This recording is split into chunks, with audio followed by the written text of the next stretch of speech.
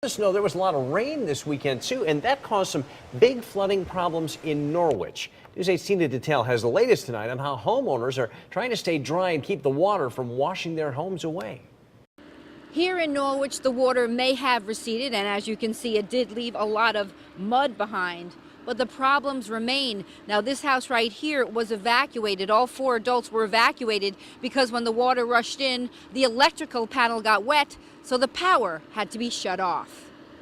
Rising water is forcing families out here and in the basement units at Mohegan Park Apartments. Today, workers rip up carpets and flooring to try to dry out the low-level units. I know one of my neighbors was wearing rain boots in her house. Behind that apartment complex, water is still getting pumped out of flooded homes and yards.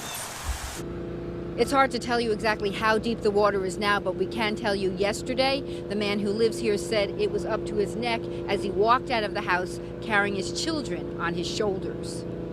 24 hours of continuous pumping, and there is still a lot more to go.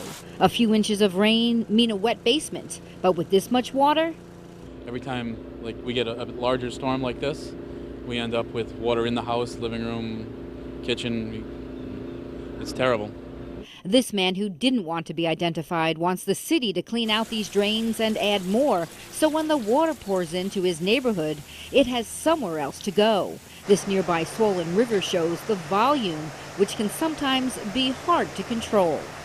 I've been asking, calling since 2010. I did it in 2010, and we were out of the house for over a month. And it's just terrible. This time wasn't as bad, but it'll happen again.